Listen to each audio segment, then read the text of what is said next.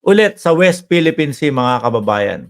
Senator Risa Hontiveros, talagang wala, ako ho, unti-unti ho ako talagang humahanga dito kay dating senadora, kay Senator Risa Hontiveros, mga kababayan. Especially dito sa ginagawa niyang hearing, ano po, sa Pogo, sa mga makikitang mga baka tanim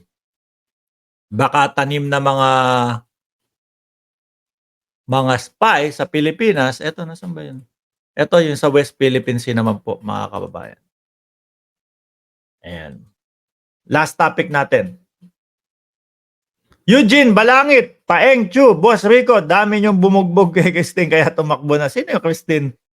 Ako kasi pagka hindi ko napapansin na yung mga comment section kapag yung nasa kalagitnaan na nagdi-discuss Paeng Chu, Spread the Love, Adrian R. Malikdem, Jean Kasama, Eugene Balangit, Bert Leroy, ayan. I-like nyo lang po ang video at i-commento nyo kung pang ilan yung like nyo para ma-shoutout ko kayo. Lotto, lucky number 101, Do Dirty, Old Man, Crispy, Crypto, Eli Manalili, Rico Blanco, shoutout. Haniye Guarino, Maria Organic Vlog. Tuloy tayo dito, mga kababayan. Ang mga kakamping ko, mga bossing, Arlene, kayo manggi, nandito na. Naku, palakpakan natin. Hanggang ngayon, hindi ko pa din nakikita yung paa na yan. Kung bakit napagtitikulan yung paa na yan. Siguro napakaputi niya. Anyway, dumako tayo. Ang mga kakamping, mga bossing, solid ho yan talaga. Kapag sinabi mong West Philippine Sea ang pinag-uusapan, sila po isa doon sa talagang sumusuporta na atin itong West Philippine Sea. Mga bossing. Atin ito. Talagang hindi ho bibitaw ang mga kakamping sa pakikipaglaban ho, mga kababayan, sa West Philippine Sea. At ito din po ang dahilan kung bakit karamihan po sa kanila, o baka nga lahat sinusuportahan po ang tindig ng ating Pangulo tungkol sa West Philippine Sea. Kasi yung dating Pangulo wala Medyo hindi natupad yung pagje-jetski na pagpunta at pagtindig sa West Philippine Sea. Baka kaya visit na visit po sila doon. At ito, kita naman po natin yung pagsuporta nila sa ating Pangulo. At syempre, sa ngalan po ng mga kakampings, ang pinaka-nangunguna at pinakamataas na may panunungkulan ho sa kanila ay si Senadora Risa Hontiveros. Ito yung kanyang sinabi. Matinding nilabag ng China hindi lamang ang international law, kundi ng ating karapatang pantao. Hindi ito katanggap-tanggap. Ayan ho, meron isang sundalo natin ang naputulan ng daliri, mga kababayan, at naparangalan naman po, mga boss. Hindi dapat gumawa ng karahasan sa ating karagatan, which is ang sagot naman po ng ating presidente, mga boss Chief Amo sir. Hindi aabot sa digmaan yan. Pero makikipag-usap tayo ng may katapangan. Hindi yung pag sinabing, gusto mo ng trouble? Ay, hindi, ayoko niyan. Huwag na nating ituloy. Sige, ayoko ng status ko na lang kung ano yung napag-usapan na lang dati. Okay na yun. Kapag may joint exploration, 60 ang Pilipinas, 40 ang naniwala naman sa in-check. Isang komunistang bansa. Panigurado lalamangan ka niyan. Huwag tayong tumindig laban sa pambubuli ng China. Correct, mga kababayan. Yan naman po ang kailangan natin Hindi po totoo yung mga pinapakalat nitong mga DDS na mga vloggers. Isinusuong na ang Pilipino sa digmaan. Ayan na tumataas na ang tensyon kasi gusto ni PBBM o naniniwala si PBBM sa mga in-check. Ganun ho yung mga naratibo nila, mga kababayan. Kasi kapag yung sa kanila, mga bossing, yung mga leader nila, kapag nasabihan lang, gusto mo ng gulo? Ganun lang Wala nang pakikipag-usap siguro yun. Wag na, okay na. Wag na lang gumulo. Hindi ho yun. Ang diskarte ho ng Pangulo natin ngayon, mga kababayan, hindi hahayaang umusbong ang digmaan. Pero matapang naming ipapaliwanag sa inyo na kami ay may karapatan diyan sa West Philippine Sea. Pwede naman hong gano'n, 'di ba, mga kababayan? Kaso hindi ho, eh. Kapag medyo mababaw lang po yung kanilang mga kaalaman, mga bossing, 1-2 lang ho 'yan, 1-2. Bakit 1-2? 1, o kapagka hindi sumunod sa China, bomba tayo.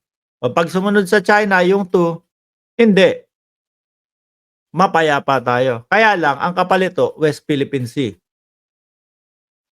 Nasimula't simula pa lang po ang ating mga, um, bayani, mga kababayan. Ano po ang ipinangako sa atin kung bakit ho tayo namumuhay ng ganito, na malaya, mga kababayan?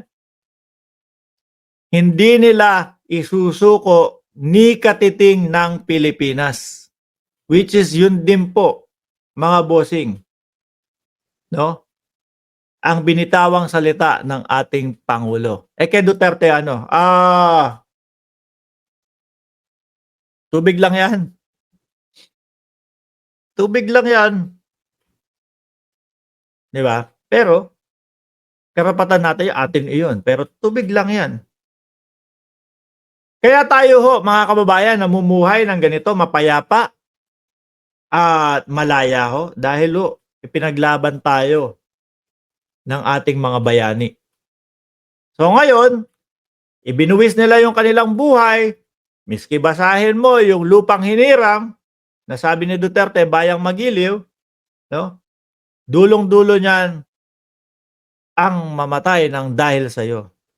'Pag narinig mo yun at talagang 'pag binibigkas mo, sinasa puso mo, oh, ang sarap. Kung mapagbibigyan tayo o ako, mga kababayan, ng gano'ng pagkakataon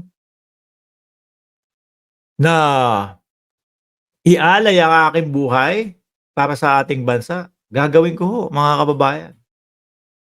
Gagawin ko ho. Isang beses o hindi lagi kang mapagbibigyan ng mga gano'n. Pero siyempre 'wag na nating, paabutin sa magkaroon ng ano, digmaan dahil magtatakbuhan ho yung mga DDS. Kapag ho nangyari ho yun, mga kababayan, ay naku, makita mo yung mga DDS sumasakay na siguro ng mga bangka yan, palabas ng Pilipinas. So kaya ho tayo namumuhay ng ganito dahil ipinaglaban po tayo, ipinagtanggol tayo, ibinuwis ang ating buhay ng ating mga bayani. So ngayon, para po sa susunod na henerasyon ng ating mga anak, apo, magiging anak nila, o ano pa, yung mga susunod na henerasyon, dapat lang ho yata, ibalik natin, no? Suklian natin yung mga ginawa o yung ginawa ng ating mga bayani para sa atin. Para naman po sa susunod na henerasyon natin. Para kung sakali na tayo ay buhay pa, nakikita natin yung mga kaapu-apuan natin, hindi natin makikita, kinakaltukan, binabatukan ng mga Tsino. Oh, gaganunin lang. Alis ka dito. Tayo na po ang inaapi sa sarili nating bansa, mga kababayan. Papayag ho ba kayo nun? Siyempre hindi ho, mga bossing. Pero sa mata ng mga DDS, kapag sinabi ni Xi Jinping na what? Gusto mo ng gulo? Wag na. Okay na yan. Sa ating presidente po ngayon, kasama po ang suporta ng mga kakamping, mga loyalista at government supporter, mga kababayan, ayaw namin ng digmaan, subalit maipapakita namin sa inyo o makakapag-usap tayo ng kami ay nakatindig, na kami ay sumusuporta sa aming Pangulo laban sa para sa karapatan ng West Philippine Sea. Na yan ay talagang sa amin, na yan ay talagang sa Pilipinas. Hindi kagaya nung iba. Tubig lang yan. Papel lang yan. Ano po, mga kababayan? So ayun po, 1 oras na din po tayong nagsasalita dito. Alam ko yung iba nakatulog na dahil kakahintay ho sa atin, mga bossing. Pwede nyo naman pong panoorin itong live stream natin kinabukasan paggising ninyo, mga kababayan. Okay?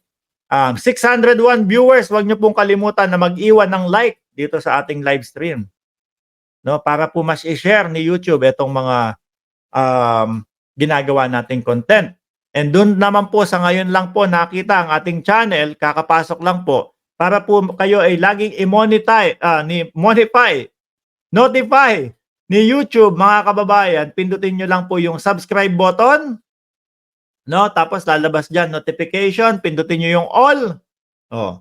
Lahat po ng live stream natin ay papadalan kayo ng mensahe ni YouTube. Para po sasabihin sa inyo, in 15 minutes, mag-uumpisa na ang live ni Mark Ramos at makakadalo po kayo. Maraming salamat po. God bless po sa ating lahat. Lalong-lalo na po, no, saludo ako sa mga Pilipino na sumusuporta po sa ating Pangulo. Lalong-lalo na ho dito sa ating kinakaharap na problema sa West Philippine Sea. Salamat po, lalo na sa mga kakampings na talagang walang sawang sumuporta at walang sawa na tindigan po ang West Philippine Sea. Mabuhay po kayo. Maraming salamat and God bless po sa ating lahat.